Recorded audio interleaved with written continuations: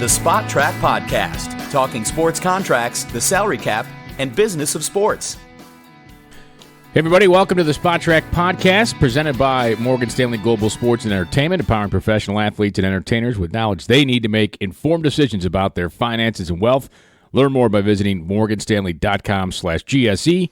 Morgan Stanley Smith Barney, LLC, member SIPC. I'm Kevin Sylvester, along with Paul Peck and the founder of SpotTrack.com, Mike Giannetti. We have some football to get into. We have some NBA today, and we have Major League Baseball as we're on the verge of the playoffs. It's the best month of the year, isn't it, Mike? It's Where everything is going now. You know, you hit October, you got football into its second month, baseball playoffs, NBA starting, NHL starting. I mean, October's awesome. Yeah, and if you're a gambler, there's so many things to bet on now, too, right? And you're probably already in the hole. So yeah, most likely. That's the whole point. It'd be a lot better October if the Mets had made it, but, you know, I'm not going to get into that on the show. But had you bet on the home run champ, which we'll talk about We're going to get to that We'll because that's good conversation. Well, let's start with football because there's an interesting thing that happened yesterday in the NFL, and it's one of those career numbers that you see it and you're like, really? Especially now, especially today, right? Yeah, and it's Frank Gore, who is playing for the Buffalo Bills now, and in the game against the New England Patriots, he surpassed 15,000 career rushing yards. He's fourth all-time in rushing. Fourth. Frank Gore. For the moment. There's Emmitt Smith, of course, who is 18,355 yards. Untouchable. Walter Payton, 16,700 and change, and Barry Sanders, whom Frank Gore is catching up on. And you think if Barry Sanders had played more, he might be where Emmitt Smith is. Yeah, he's going to pass Barry in a couple of weeks, probably. I would say 3 weeks. Yep. Yeah, he's about 200 yards away right now. Yeah, he has been the highest gaining rusher of his team every year. That's an unbelievable stat. That is incredible. Every year. He's 36 years old. And he's been essentially the highest rusher on his team for 13 years. And 14, soon to be 15, in fact. Wow. Incredible. 49ers, where he was a star. Bulk of his career, right? Yeah. Colts, Dolphins, Yeah. Bills, those four teams. So not missing one. You know, I don't want to take anything away from Frank Gore because it's an incredible career, and particularly in this day and age, to be still doing it at the age that he's doing it is awesome. But there's something about this to me that doesn't feel right. Emmitt Smith, Walter Payton, Barry Sanders, iconic guys in this league whose highlights will be shown and talked about forever to the end of time of the NFL. Frank Gore? Who feels right? Frank Gore? Should it be doesn't Peterson? feel right there. Who should it be, though? Because I had the same Is it uncomfortable anybody? feeling, too. Is it anybody? I mean, to me, a guy like Eric Dickerson feels more iconic in the game than any of those guys. Well, yeah. Listen, first of all, Frank Gore has to be a Hall of Famer, given the yards rushed, right, when he's retired. The question is going to be first ballot or not, and we can debate that in a second. But when you look at everything he's done, and the guy overcame a major knee injury in college, right, from Miami? Right, I think 2 now, right? Yeah, 2. So to be able to come back from that, he's done everything right. I don't recall seeing his name in headlines for any of the wrong reasons for Frank Gore. He's a consummate professional. He's run pretty much in between the tackles his whole career, which makes it even more remarkable Let's to me. stop there, because isn't that the difference? Yes. It's that he's not catching passes, right? All of his usage He's is a between the tackles. 6-yard churn it out That's guy, it. right? And that's where the game has changed, right? And there's nothing wrong with that, but that's what I'm saying. To me, when I think of those other guys, like you know, when I think of those other guys, you think of the dynamic things they did. Sure. I don't think of Frank Gore. I'll be happy for you guys to tell me I'm crazy and I'm wrong about this. He has been an incredibly, really, really good player. Is he a superstar? Has he been a superstar? No. Well, okay. How much do you care about rushing yards? Well, isn't that the question? Again, it depends on how you want to define that. I mean, he's been to what, 1 or 2 Super Bowls? Has never won one. Not that has anything Just the to do Niners, with right? it. The Niners one. Just the Niners, Yeah. right? So I don't. That's why I say that it just feels weird to me that he would be third all time, because I think I could rattle off LaDainian Tomlinson. I could rattle off 10 other running backs that, to me, were dynamic guys, superstar players at their time, way before I get to Frank Gore. Well, what about Lynch? Would you put Lynch ahead of Frank Gore? Most people would, I think it's pretty close. That's pretty close, Mike. That's close. a That's about the same. Great comparison. Yeah. Well, what's cool, I think, also is Frank Gore is also the 4th highest career earning running back. So he's fourth in rushing yards, fourth in earnings, $62 million, which when you think about it, for a guy who's played this long, my goodness, that's not a lot of money. Yeah, I was going to say, he's underpaid, right? Yeah. He hasn't made He came in himself. he came in when running backs used to get paid. That has something to do with it, right? But he really never hit that big contract. You know, he was on a team that was throwing the ball a lot. He was he was a middle usage guy back then, and he's gotten more and more usage as he's gotten older, which is really incredible. Yeah, the fact that he could still do it, and the fact that a team says, all right, I want to bring in a 36-year-old running back. Yeah. And frankly, when the Bills signed him, I think many people were like, really? Frank, right? This guy, you're bringing Frank Gore in, and he's leading the team in rushing, 270-plus yards. He'll probably clearly, if he stays healthy, he'll be over 500 yards for the season. May push 800, let's just say, if he plays all 16 games. That's just remarkable. It really is. And he doesn't seem like someone who seeks the spotlight. He's never flashy, outspoken in the media. And there's probably some people think, McCoy still would have been better on the Bills team, and they kept him because he can break the big runs. But Gore is he's just solid, dependable. I'm trying to think of an analogy of another sport if you had to pick a guy. You know what? No, I was going to say he's like the Moses Malone. Well, it's kind of like Moses Malone of basketball. If anybody remembers great Moses, like you can count on the guy to go get you 15 boards and 15 points every single night. That makes Hall sense. of Famer. A paint guy, yeah. Yeah, not going to be the first center you're ever going to pick to on play on your team, but you know he's going to play his Horace Grant. Yeah, perfect. Sure. Perfect. How about that? I like it. Goggles. Yeah. Right? On he was a glue guy who did all the little things that helped make the other guys great and grab the headlines and help his team win a lot of games. That's fair. Okay. You know what, Mike? Can't believe you went somebody younger than I went with. I know. You know what blows me away, Mike? Yeah. Your note here to us that there's only 7 running backs in the league that are 30 years or older, and Frank being one of them. I get it. 30 years is the magic number where running backs just do. But to think that there's only 7 of them, and half that list are bit special teams guys. Even Adrian Peterson's barely getting carries this year. I mean, and it's funny. It's Gore and McCoy. Really, the two 30-plus guys getting actually yardage right now.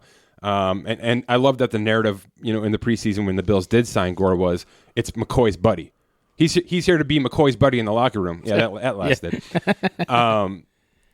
Is there a conversation to be had here yet about 30-plus running backs that cost $1 million? I mean, Gore's on a 1-year, $2 million contract right now. Well, and he's the leading rusher for Buffalo, and a lot of that is injury. I mean, Devin Singletary is eventually going to take this team over, but we had this with C.J. Anderson last year, who went to the Super Bowl because of it. I mean, $1 million quarterbacks. Yes, they're veterans. Yes, they don't have much tread left on the tires, but are we going to have this conversation like we've had it with wide receivers and quarterbacks over the past 5 years where these guys just end up being worth it?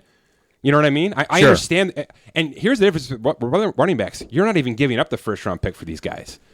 So you don't feel super obligated to play Devin Singletary or a Kamara. I mean Ingram took plenty of carries away from Alvin Kamara last year, and I think Latavius Murray will do the same down the stretch here. You don't feel obligated to put this guy out here for 40 rushes. I just wonder if there's going to be a bit of a resurgence with this kind of a player.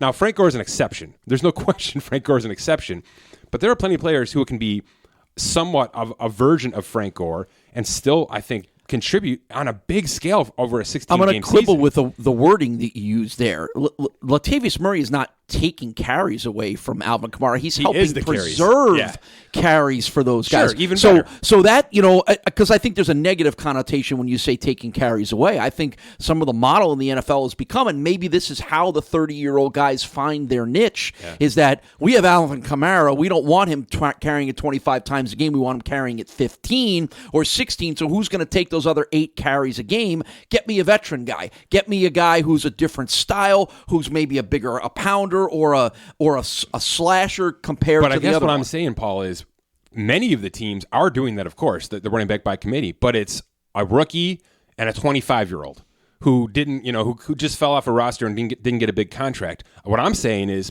maybe it takes somebody like this, a little bit wilier, a little sly, who understands, how to handle his body, how to handle the offseason, how to get through 16 games, because, my God, They're dropping like flies already in week 4 here. The rosters are falling apart here. I just wonder if this 30-plus group of running backs isn't as valuable as that 25 to 28 group that's, getting to, less yardage on average right now. Well, when we look at the money, if you're going to pay Frank Gore $2 million, which the Bills are paying him this year, $2 million to be your second running back, to be the tough yardage guy, to be your goal line, red zone running back, and somebody's not going to fumble, he's going to be a complete pro, not going to cause you problems. Yeah, absolutely. For $2 million, the way the cap keeps going up, that is the third-line center in the NHL who can't score 20 goals anymore, but can win face-offs, go out there, be responsible in his own end, and cost you $1.5 to $2 million.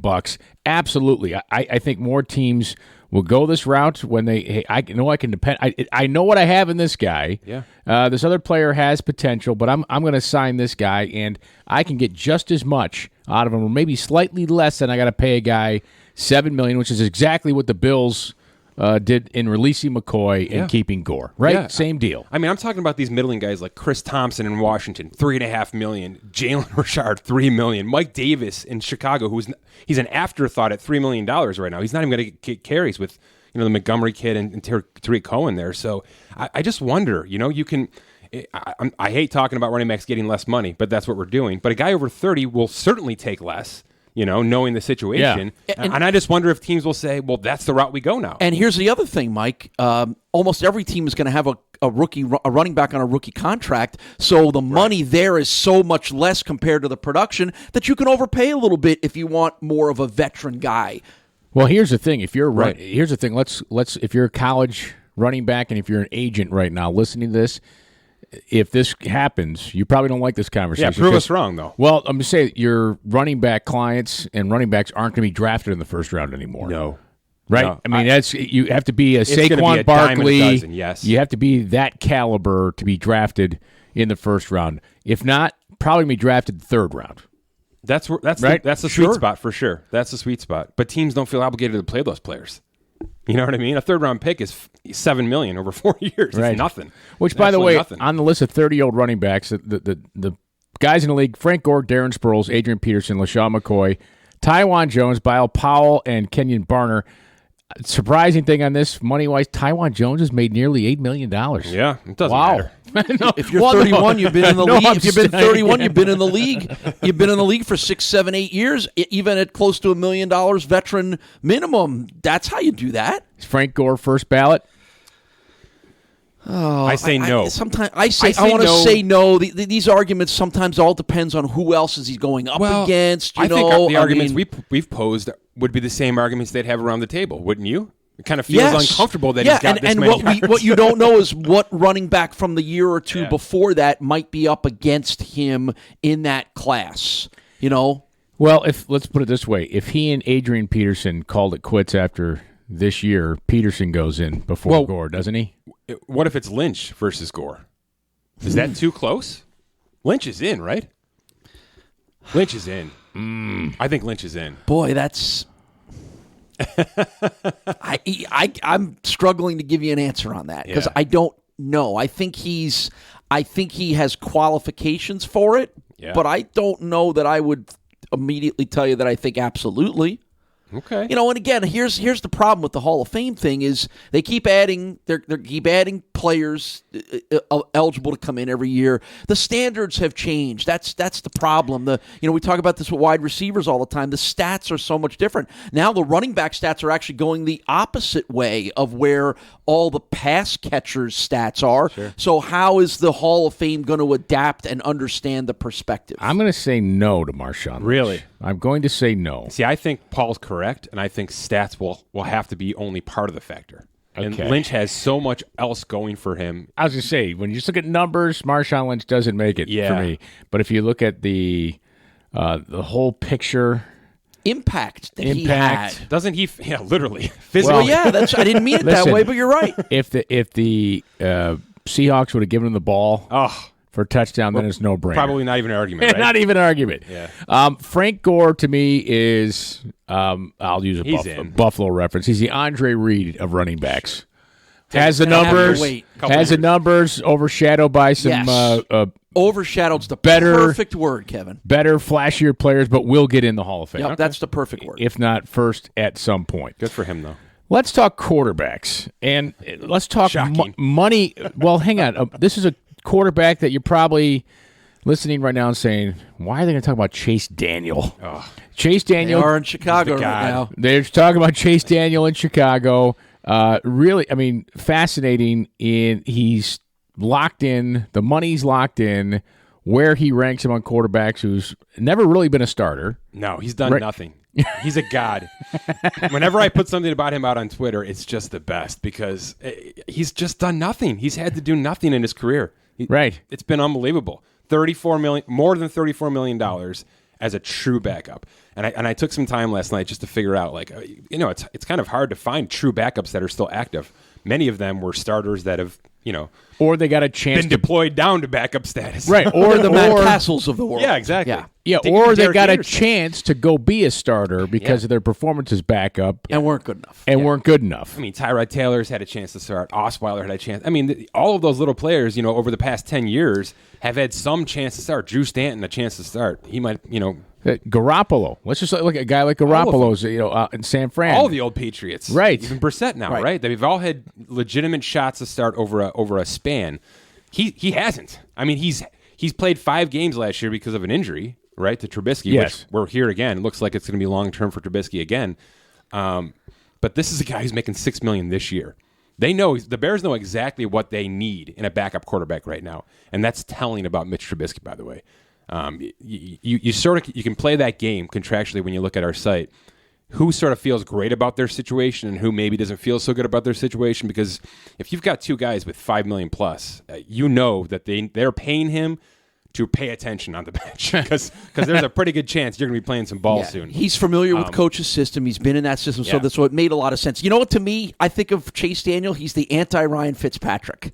Because they're the same guy, except every time Fitz signs somewhere, he has to play. He wins the job. Chase Daniel never plays. Now, he's only been on, it's only his second team, right? New Orleans and Chicago. That's it. Kansas City maybe for a little while. Chiefs. All right. So he hasn't been on the same amount of teams but we joke about this where Eagles too. Fitz always has to play whether you want him to or not. Chase Daniel has never had to play until now. Well, yeah, he fits right in there.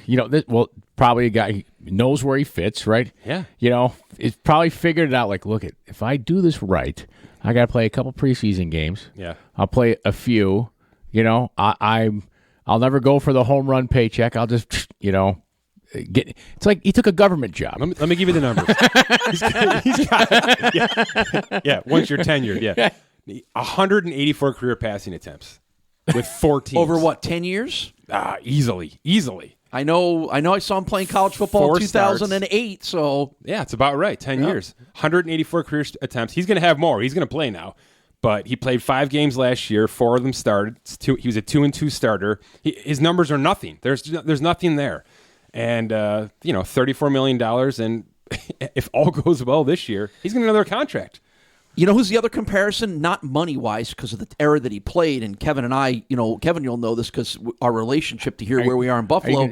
Todd Collins. I was just going to bring up Todd Collins. He played like 15 years in the league. Like he went like 12 years without starting. He got to start here though, right in Buffalo. He started when he started Jim a Kelly's year after replacement. Jim Kelly. He was the first quarterback to start for the Bills after Jim Kelly had retired. But I think once he left Buffalo, he was in Washington and Kansas City for a long time, and I think he started a playoff game. He went in. So he went into the NFC Championship game for the Bears when was it Rex? It was the other guy. Who's the one who's married to the actress or reality star there? Are you thinking of Jay Cutler? Jay Cutler, right? Cutler went out with a hamstring. Wasn't Cutler's hamstring injury NFC Championship, and that was Todd Collins came in and finished that game out? I just think it's incredible that Chase Daniel has never, ever been a starter. He didn't come into the NFL as a starter. He didn't win the starting spot after that. He's never had a chance, but he's here for 10 years. All right, Todd Collins, 12 years. 21 career 21 career start, 50 career games, 21 career starts for Todd Collins, but 13 of them came with the Bills in 1997. Exactly. So he started 3 in 2007 for Washington, and 1 for Chicago in 2010. So from 98 on till his career ended in 2010, that's 12 seasons. He started 4 games. Made $18 million. So is he the comparison? $18 million. Yeah, well, I'm sure if you upgrade that money relation to now, he's Chase Daniel, right? Chase Daniel is him. Well, Daniel started way less games, but yeah, it's a really good comp, honestly. The thing I remember about Todd Collins, like I was stunned he was still in the league. Frankly, when I remember coming for a game against the Redskins, I was like, oh my God, Todd Collins is still in the league. Nicest guy. Right?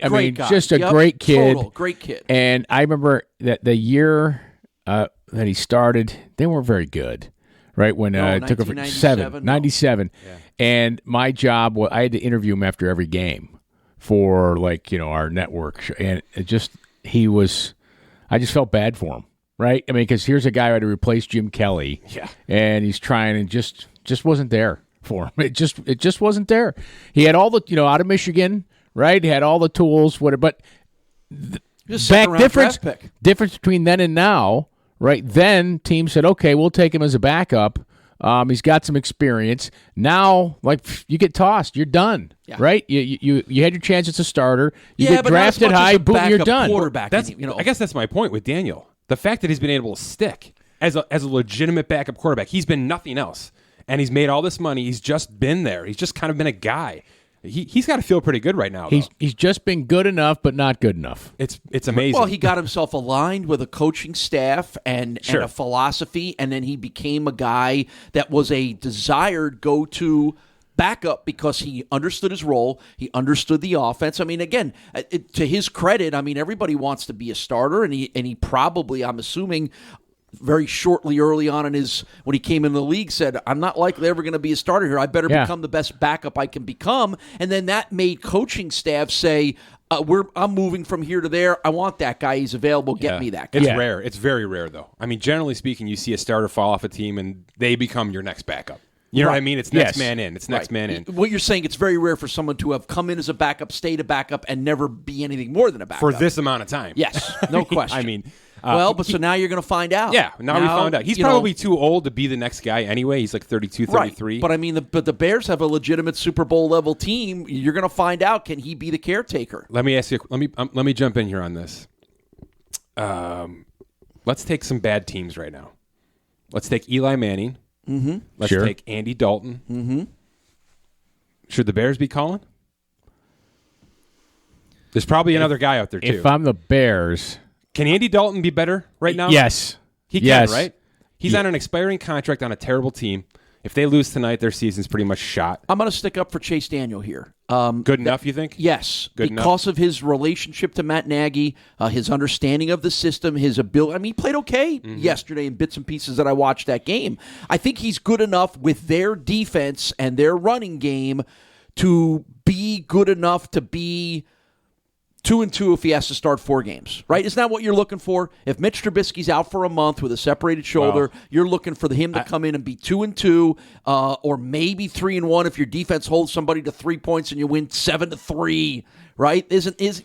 So I would be surprised if the Bears made that kind of move, because regardless of who Andy Dalton is, it's going to take him almost a month to become Andy Dalton as the Bears quarterback.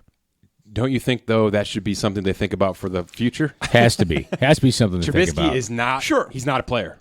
Trubisky's not there. Much like we're having that discussion with Josh Allen here in Buffalo, you're getting very close to the tipping point of whether these guys are the ones or not. Yep. And as we saw in Arizona, doesn't matter. Doesn't matter what year of contract it is, right? Let me ask you about 2 other quarterbacks here, since we're on quarterbacks before we move on to another sport here real quick. Is Jameis Winston, as Bruce Arians done it with Winston? What a game against the Rams on Sunday. And then Goff, if you can't beat the Bucks, right? Yeah, those are two polarizing stories right now. Right, huge contract for Goff, gets the extension, and Winston's playing for his spot, right? He's playing for his career. Yeah, he's on an expiring contract right now, and that was the game he needed. He needed the breakout, ball down the field kind of game. We're gonna see more of that. I drafted him in a lot of fantasy. But if he comes back and throws 4 picks in his next start, he's going to. What does it mean? That's the kind of player he is. He's sort of a boomer bust kind of a player. I still think there's a job for him somewhere. I think Bruce Arians gets 2 years with him. Maybe that's a franchise tag for him next year. They We'll have see. to sign him, right? He's a free agent. Yeah, at the end of the I year? think maybe a tag is probably the right move right now. Yeah.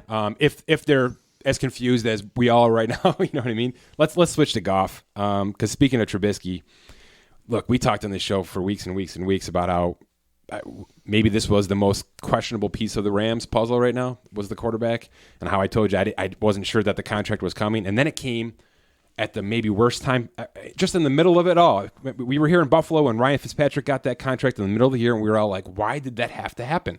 It didn't have to happen in week 7 or whatever it was, and it didn't have to have the guarantees it had structured. I think the same with Jared Goff. I think this thing could have gone right to the finish line. He wasn't complaining. There was no holdout. There was nothing, right? They sort of threw him a bone, a big bone. I mean, a gigantic bone. $57 million guaranteed now, $110 over the next 4. And I'm worried that he's not much better than Mitchell Trubisky when it all comes down to it. The throws just aren't there. Like, he might be able to manage the game and make some decisions that Trubisky can't make. Isn't he Jameis Winston with a better cast of characters? No, around him? I don't even think he's that talented. Well, I don't think he's that talented of a quarterback. Well, look, he had 68 passing attempts. Yeah. But that's because they were losing badly the whole game. But 68 attempts. I know he threw for 500 yards. Right. Threw 3 picks. Right. And that's the issue there. But Once again, the message of more when quarterbacks throw for 300 yards or more, they lose more often than they win. Right. But let's look at this. The Rams have this great defense, and they.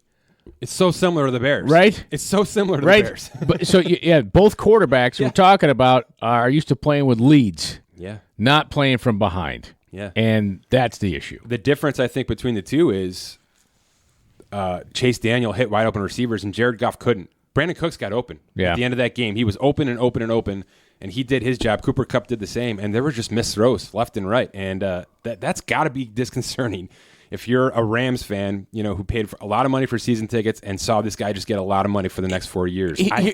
Every good team in the league that finishes 13-3 or 12-4 has a stinker every year. Is this a stink? Are we overreacting? Is this just a stinker? Came out flat. Yeah, I mean, that's my hesitancy, not having seen exactly what Jared Goff has done up until yesterday or up until Sunday. Was it just a bad game? They happen. Every once in a while, another coaching staff finds a niche and gets your number, and the guys play well, or they rise to the occasion, or the Rams walked into the Coliseum. It's like, it's Tampa Bay. We can show up and win this game. It happens. It happens. It'll happen to the Patriots this year. It'll happen to everybody. That doesn't happen to the Chiefs. That doesn't happen to Pat Mahomes.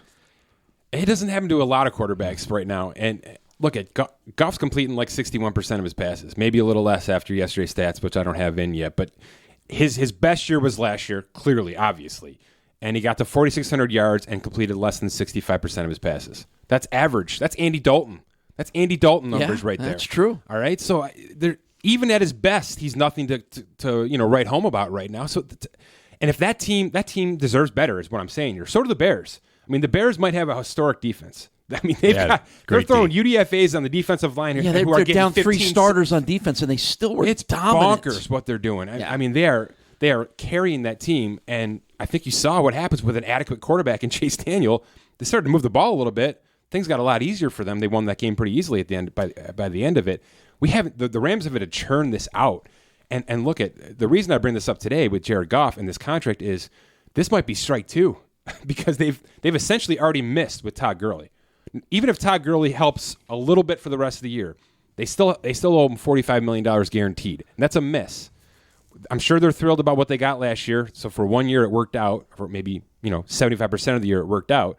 But for the next 2 years, and he's going to be on this team next year, Todd Gurley, it's going to be a miss. So if Jared Goff is also a miss, now your 2 biggest contracts are disasters. And that I don't know how you recover from that.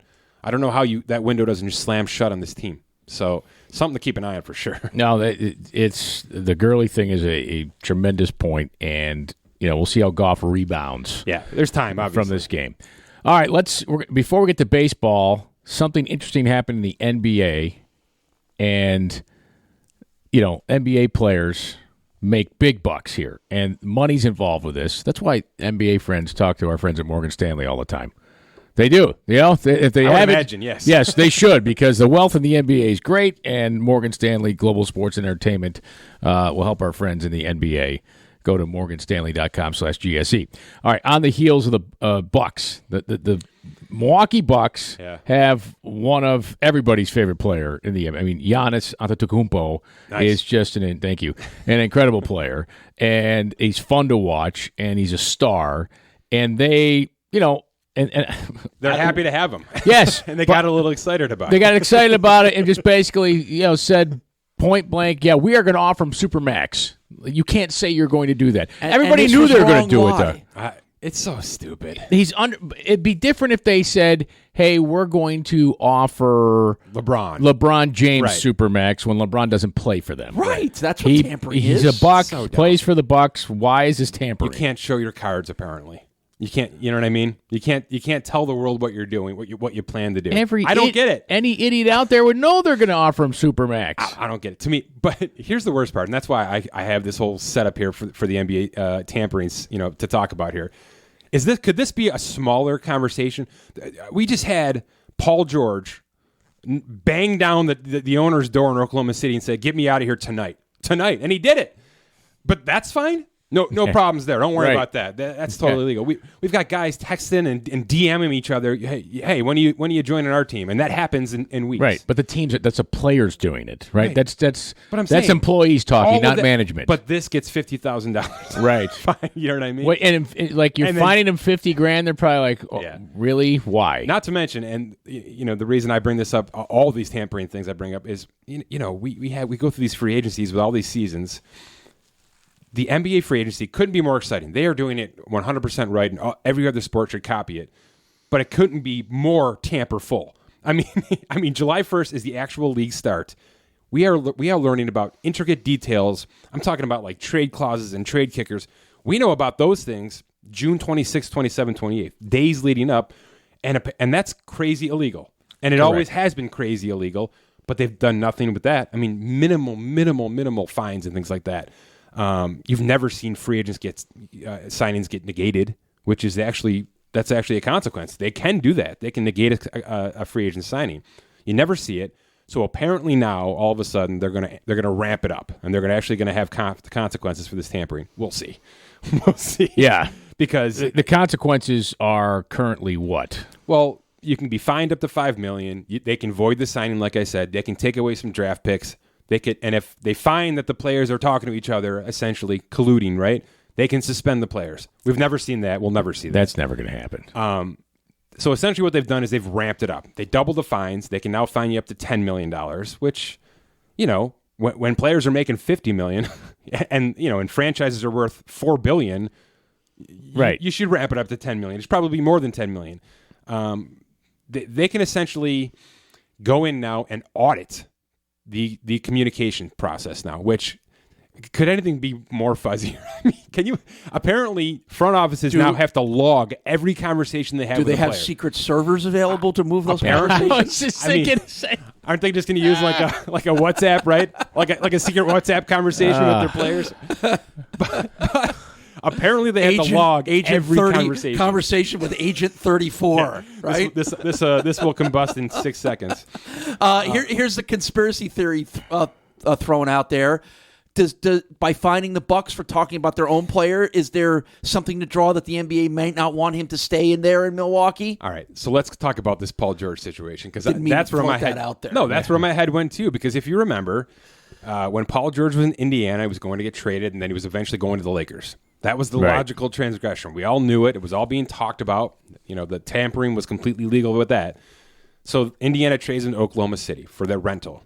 And then free agency comes, and we all assume, he's going to be a Laker, and then LeBron's going to be there, and that's going to be the next big super team. Apparently not, right? Apparently not, because the Paul George situation ended up being tampering. The Lakers got fined $500,000 for essentially getting involved in that offseason with Oklahoma City. And then, by the way, all of a sudden Paul George re-signs with Oklahoma City, which made absolutely no sense. I don't know. Do you think the league got involved there? I think they did. Probably. You think the league got involved there behind the scenes and said, we're going to slap $500,000 on you, and by the way, you're not getting this guy, right? So essentially, isn't that what we're sort of seeing here with the Bucks? Here's another dated reference, Kevin. Doesn't it remind you of Charlie Finley and the A's back in the 70s? Oh, wow. Where the league used to, where he tried to trade Vita Blue and all his great players, and the league put the hammer down and said, no, you're not doing it because it will throw the balance of the league off. A lot of people think the Dolphins are getting close to that conversation. If they start trading one or two more players, that's a good point. If their spreads are consistently 16 to 20 points, isn't there something wrong? If they're that easy to beat, I think we're getting to that conversation too. But which, by the way, their new owners that have a small stake in the team might. They're winners, the Williams sisters. Yeah, you would think. Right? Well, why would you buy into that? I'm like, these are, one is one of the greatest champions of any sport. Right. And she must hate losing. I mean, they're already. She won't hate when she gets her revenue sharing check. I don't know, man. I just think it's so funny that they have the Super Bowl this year. Like, is that all they're caring about? That's all they care about right now, right? They're not even watching the team, right? They're in the back working on the J-Lo's halftime show right now. I mean, it's just so comical how completely different extremes right now. How that franchise is working out. Anyway, it makes me think of the Bucks. I mean, clearly the NBA. I don't believe in this. I think the small markets can thrive. I agree. In this current day. But clearly, there's some shade being thrown at the Bucks right now that this had to happen because, as we all agree, I think there should be nothing wrong with saying we want this guy. No, we're going to give this guy as much money as possible. It's a great message to your fan base. Like we're not we're going to do everything we can to not let this guy go. You might be worried because you've seen it happen all over the league that this guy might be going, "Hey, he might Bucks leave. fans, we're going to do every possible thing we can." Yeah, I mean, don't lock in your season tickets for the next 5 years if that's what you're thinking, because he still might leave. Yep. But it's perfectly within reason to say we want this guy here forever. It's just not reasonable that it happens. Yeah, I guess. Right? Well, if he sticks to and things change, but that piece he did in 60 Minutes where he said he loves Milwaukee because it's small. Yeah. Well, we'll see how much he loves Milwaukee. Here's the final question on this tampering stuff, because I think it's all BS. I don't think we're going to see any of it. Does it really matter? Does anybody really care? Do fans care? No. Does anybody care? Does Adam Silver actually really care? Or isn't he kind of okay with Kevin Durant sort of running the show right now? Well, he has to care for the owners. Just enough, though. Yes. But are the owners being bitten by this? We talked about it when George left Oklahoma City. I think Sam Presti was kind of pretty happy about that. I think owners, it depends on the owner. If the owner, from a business perspective, probably doesn't care. No. Because, hey, you know what? The Lakers, the Clippers, the Warriors, they need somebody to play, right? To get the TV contract, they can sell tickets, more popcorn, whatever, when LeBron comes to town or Giannis comes to town. So, from the business side, things are good. Yeah. If they're competitive and they want to win, then they've got an issue. But they also know if they're in a small market, their chance. The only way they're going to win is if they keep a Giannis, of course, and some players for some amount of time, right? But all of the NBA wins if the Lakers win, right? Yeah, well, that's my point. It's like baseball. Everybody wants the Yankees to win. It just trickles down from there. I mean, can you imagine this Oakland A's Tampa Bay Rays series? Oh. I mean, good Lord. I mean, I love it. I'm a baseball junkie. Right. I love it. These are two, slap it out teams. But man, I mean, they're going to blow up TVs. By the way, the A's might have one of the most underrated uniforms in all pro sports, in my opinion. I like it. Just right. Like it. I mean, classics. The elephant in there, Classics. It's great stuff. You got Cowboys Packers this week, by the way. I think the same with the uniforms. Two of the classic uniforms. Absolutely. In NFL history. That really haven't changed much, thankfully, over the years. By the way, Jets uniforms. I was playing golf with some Jets fans over the weekend. They're terrible. I'm starting to think the Jets aren't going to win the AFC East now that we're 4 weeks in. Yeah. That might have been a bad bet on my part. I think so. They might not win the American East Conference. All right. Well, we mentioned baseball. Let's go to baseball here, and the regular season winding down, and done some thoughts here, and we'll start with home runs. I alluded to earlier, Pete Alonso, the home run king, Jorge Soler for Kansas City, but home runs increased. I am, me, I'm not often speechless. I am speechless. The numbers. Looking at Mike's numbers. 67 home runs this year, which is 6,700. Right, 6,700, which is 1,200 more than last year, and 600 more than any other point in time Ever. The increase over last year just floors me. That is incredible, because pitching has not decreased that much since last year. So clearly the ball's juiced. Yeah, there's no question. Right? It's not. I don't think it's the players. I think it's the ball. Yeah. Global warming? No. No, I think it's the ball. I'm kidding. There's no question. I mean, the top 5 home run hitters, if you had any of these in your top 5 outside of Bellinger, you're bonkers. You're a gambling addict. I mean, Pete Alonso, I knew about him because I'm a Mets prospect. Right. So this is exciting for me, but Pete Alonso wins the title. Eugenio Suarez, Cincinnati Reds. I mean, this guy was like a doubles guy, a nice defensive third baseman last year, and now he's got 48 home runs. Jorge Soler again. I mean, the most in Kansas City history. By the way, Pete Alonso, the most in Mets history. Suarez with the Reds missed it by about 3 home runs. I think there was somebody had 52 at some point back in the heyday. And then Bellinger, and then Trout. And listen, Trout has missed like a month. Trout had a chance to take all of this down, and if that was the story, now we're getting somewhere. Because Mike Trout, and maybe we'll talk about it here. Mike Trout, it's about time to talk Mike Trout, like really talk Mike Trout. Not just because he's got $425 million contract, which is in itself unbelievable, but he's going to win his 3rd MVP, and he missed a significant amount of time. He's still going to win the MVP. 3rd MVP in 6 years. He's been a top 5 MVP ballot every year of his career, 8 years. I don't know how you talk about this guy without gushing, because this guy is on a bad team. I mean, they're not making the playoffs. They're not even relevant past July, almost ever. He's there for 14 more years, so I don't know what that means. Does that hurt? Does it hurt? I mean, you guys are sort of baseball historians too. You've been back in the day. You know it hurts. You know what happens when a quarterback doesn't win. Yes. Versus, Eli Manning. I right? think the reason you even bring up the Mike Trout, the fact that there's a lot of people that don't know how good he is because of where he plays and the team he plays on. And again, I never want to be the one who says all these guys should play in the big market teams. But if he played in a more successful franchise, there would be no doubting and debating that he may be the greatest player of all time. Debating, well, he's got to continue. If he stays in this trajectory, I think it'd be hard to argue he's not. Like Mike has pointed out, the trajectory started from his very first career at bat. It's ridiculous. It's like Daniel Jones. I'll look at from a kid's perspective, all right, and I look at it from my son who's a freshman in high school perspective. Yeah, and following sports, he knew who Bryce Harper was before Mike Trout, of course, but he knows who Mike Trout is. And my youngest knows who Mike Trout is because Mike Trout's on the box of frozen pretzels that are in the freezer right now. So there's some marketing thing there. So they know who those players are, but they certainly know Aaron Judge first. Like his name comes up first because he's a Yankee. Yep. Now maybe that's because of where we live in the United States. I was just going to ask that. But he's a Yankee. Is there an East Coast bias? It has to be. Yeah. There's 2 more teams on the East Coast and more teams in bigger media markets. There's no question. Easier to watch the East Coast. Yeah, I mean, every Red Sox-Yankees game is on national television regardless of whether the teams are any good or not.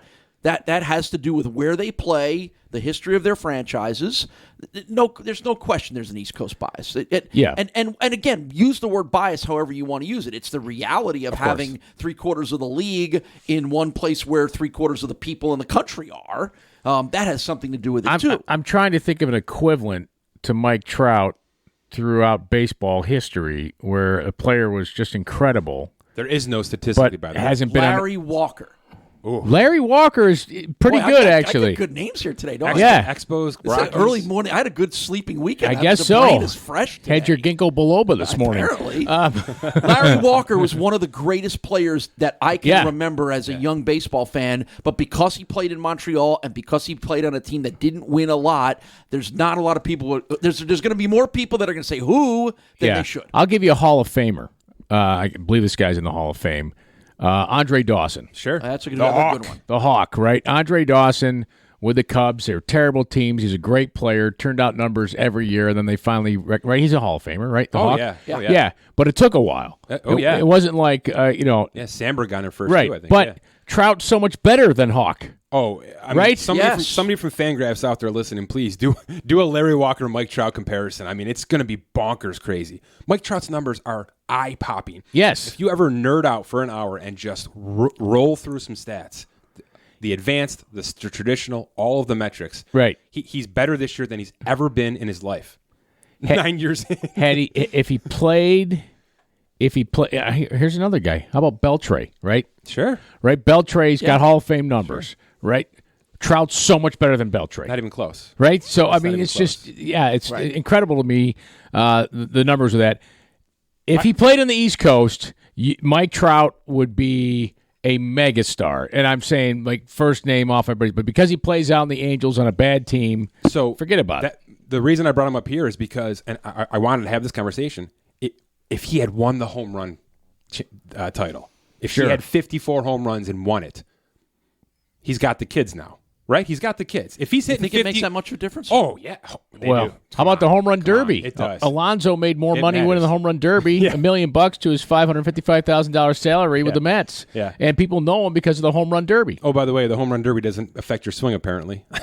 Right. Alonso's second half was monstrous. Well, is home? By the way, home. I wanted to ask this. Yeah. The 1,200 more home runs.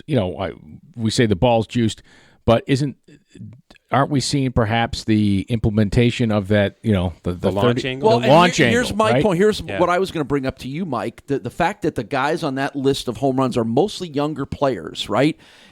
Are we seeing the fact that this game has changed to the launch angle emphasis, to the way guys are swinging? Is that tied to the fact that guys who have come up in the last 2 to 3 years who have now been started to train that being way, either educated with by coach that way and or by themselves? Is that why this is a group of very young home run leaders? It isn't a coincidence that the teams that are in the playoffs right now have young managers.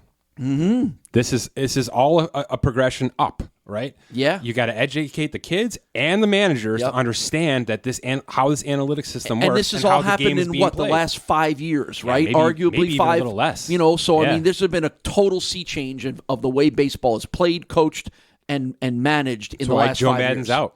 That's That's why Joe Madden's out. And I don't want him on the Mets, by the way. I'm putting that out there publicly. All right. I don't want him. I love the guy. I think he's kooky and great and brilliant, but it's just a different game right now. Yeah. It's just a different game. All right, when it comes to money, all right, they say money can't buy you love, but it can 50% of the time. Yeah. Because half the teams in the top 10 made the playoffs, half didn't when it came to top payrolls in Major League Baseball. Yeah, but the top two didn't. Top They're two did paying not. luxury tax. Red Sox That and hurts. Cubs, That hurts. fired GM and a fired coach. Yeah. What can you say? I mean, the Red Sox, look, we're talking about teams that were 6 games over 500, so they had okay seasons. I mean, I'd take that on the Mets every year, personally. But, yeah, they've got standards. They've got, a lot of money being thrown around those rosters and more to come. I mean, Mookie Betts is up, so get ready for that. Buckle up for that contract. I was, was it one of the ESPN shows? Yeah. Or was it a radio show? They're talking about, all right, trade options for Mookie Betts. What? We'll have that discussion. Okay. We've talked about how you pay pitchers. Okay. We've talked. I mean, is Bryce Harper in the playoffs? Is Mike Trout in the playoffs? No. Is Manny Machado in the playoffs? What are we talking about here then? All fair points. Red Sox, Cubs, top 2 teams, they're out. Yankees and Dodgers are 3 and 4. They are in. Both won their divisions. Giants, the 5th team, they're out, and their coach retired rather than being fired. We'll see. That could be a Padres guy. Well, Where he wouldn't started, be right? going back to the Where he Padres, started, right? yeah. Cardinals at 6, 7, and 8 made it. Cardinals, Astros, and Nationals. Astros are the favorites. 9-4 betting favorites. Right. Yeah. Astros Dodgers. I think I agree with that. Right? Yeah. Astros Dodgers. It's going to be a fun series. Angels and Mets, and coach watches on. Yeah. For those two I don't teams. know. We'll see. The other playoff teams, by the way, this is where Moneyball works. Yeah, this is where it gets good. Right? So the Braves 14th, young team, Brewers 16th, Twins 18th, A's 25th, and the Rays 30th. Dead last. Love it. Dead last Love and not that. even close. Dead last and not even close. Will the anybody Rays. go to their games? No. In the playoffs. I mean, It'd be away games. right. Right? I mean, it's sad. They have It's a good awful. baseball team and no one cares. It's awful. Wait till they're the, Montreal Tampa Rays? yeah. Yeah. That died Is down anything, quickly. I'll say No, nothing's that died happened down. with that, has it? So. By the way, Twins, 307 home runs. Right. That's what they finished with last night. Yeah, I mean, it's smart. Somebody said, how are we going to win? How can we win based on the restrictions that we have? Let's go do the thing that is going to win for you now. That's it. I Pound want a to bunch of home runs. hang on. I want to do this. Paul, I want to play a quick game with you when it comes to the Minnesota Twins. Play along at home Oh, here. you're going to make me name some of them? Yeah. That is exactly right. Herbeck? Hang on. Herbeck is not one of the greatest names ever, though, because it started with HR. Who is the highest paid player on the Minnesota Twins? I have not watched. Oh, you should I don't know think this. I've watched a Twins game all year long. They used to have the really good second baseman, but they don't have him anymore either. So No. I got nothing. I got nothing. I got absolutely nothing for you. Nelson Cruz. Yeah. Okay, and he's Big really Bop good. and DH. Yep. He is $14 million. Correct? That's it. $14 million. I was looking at the adjusted salary. That's it. And let me see if there's They've only got 2 guys making $10 million plus. Right. They are spread thin with youth, and they locked in these guys early, which is the new standard. Yeah. Right. I mean, the Mets will probably A lot be of talking to teams Pete have done Alonso. that, sure. Yeah, the Mets will be talking to Pete Alonso this offseason to try to get that Ronald Acuna $100 million contract Mm-hmm. done. That's the way to go. And the Twins are kind of burying out this new financial structure, and it worked a ton. I mean, they knocked Indians out. The top 5 salaries on the Minnesota Twins. Nelson Cruz at $14 million. Marwin Gonzalez at $12. Who's basically a utility guy. Jake Odorizzi, Yeah. $9.5 million. Kyle Gibson, just over $8 million, and Jason Castro, $8 million. Who splits the catching duties. I mean, really. They don't even have to pay those guys. They could have trimmed Right. that roster They're down even more. overpaid on their top 5 players. Truly, I mean, Max Kepler making $6 million, hit 30-some home runs this year. Right. The crazy value down this lineup. Sneaky team in the playoffs too. The Sneaky Rays have one player over $10 million. Yep. Charlie Morton. That's it. Okay. He's Do you still have 37 Kazmaier, years the old. outfielder? No. No. He's gone. No. I mean, Charlie. I need to start paying a lot more attention to baseball. You're gonna look at the Rays lineup. And you're like, who are these guys? It's like Major League. Those fans in the outfield. Who the hell are these guys? Right? I'm just saying. But nice job, guys. Like, seriously. $63 million payroll they ended up with Tampa Bay. 63 versus the Boston Red Sox $230 million payroll. That is amazing. I mean, that's the dichotomy we're at right now with the league. One's in, one's out. Did I see the Red Sox have come out and said they are going to pair salaries to not have to pay luxury tax going into next year? Is that going to be the charge for the new GM? It's going to be tough to do. It's going to mean trading JD Martinez or hoping he opts out and signs elsewhere. It's going to mean trading one of those pitchers. I mean, is David Price even tradable? I don't know. And it probably means not signing Mookie Betts. So stay tuned to that go team. over well in Boston. But see, here's the thing. Here's the challenge for a lot of these teams moving forward. This will be another topic of another podcast in the future.